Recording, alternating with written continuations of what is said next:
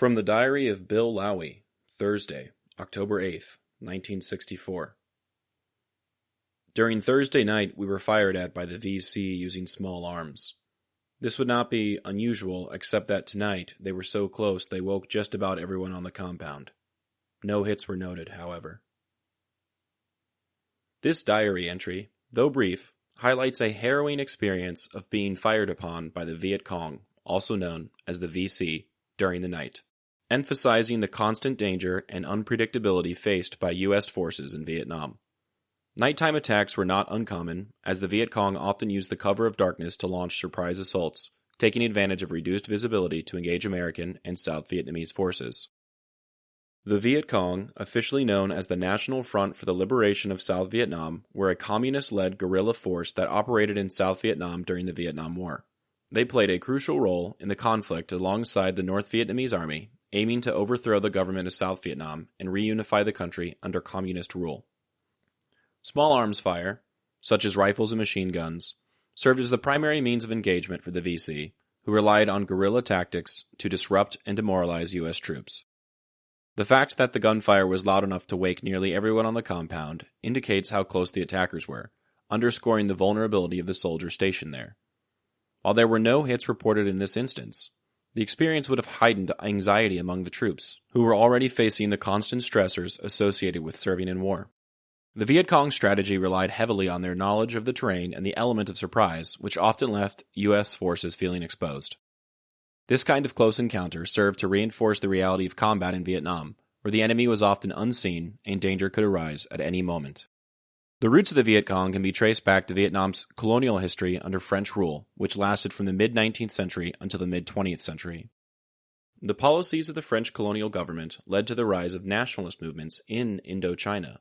After World War II, Vietnam sought independence from French colonial rule, leading to the First Indochinese War, which took place between 1946 and 1954, which involved the French and the Viet Minh, a communist-led nationalist movement led by Ho Chi Minh. The Viet Minh's victory at the Battle of Dien Bien Phu in 1954 led to the Geneva Accords, which temporarily divided Vietnam at the 17th parallel into North Vietnam, which identified as communist, and South Vietnam, which was non-communist.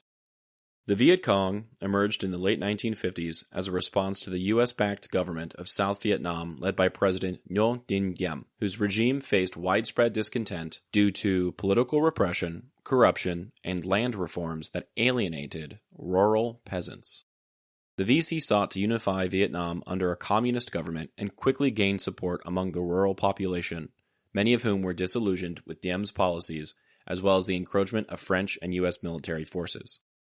The VC were known for their guerrilla warfare tactics, including ambushes, sabotage, and psychological warfare. They often operated in small mobile units, which allowed them to strike quickly and retreat before facing a counterattack. They built an extensive network of tunnels and supply routes, particularly the Cu Chi tunnels near Ho Chi Minh City, which facilitated their movements and logistics while evading U.S. and South Vietnamese forces. In addition to military actions, the Viet Cong sought to gain popular support through political mobilization, land reform, and social programs aimed at improving the lives of peasants. They became a symbol of resistance against foreign intervention and played a significant role in the war, participating in a major offensive, including the Tet Offensive in 1968, which marked a turning point in the public perception of the war in the U.S. Their tactics and resilience demonstrated the effectiveness of asymmetric warfare, influencing future guerrilla movements around the world. The photo I selected for today depicts a mess hall or officer club at night. It's one of the few photos we have of the air base at night and illustrates some of what they did when they weren't getting shot at. Maybe they were having a party.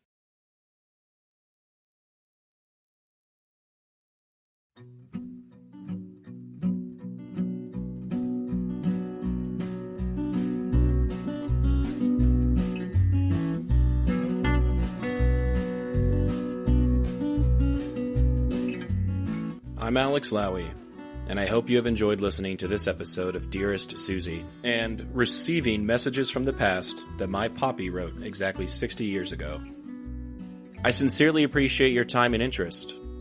Please consider following the podcast on your preferred platform, and if you're enjoying it, I kindly ask that you take the time to rate the show and leave a review.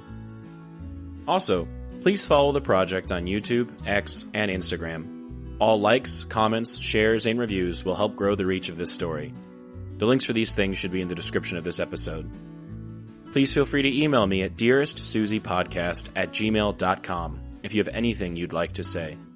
I'd love to chat or to hear about your stories as well. Thank you for listening, and God bless.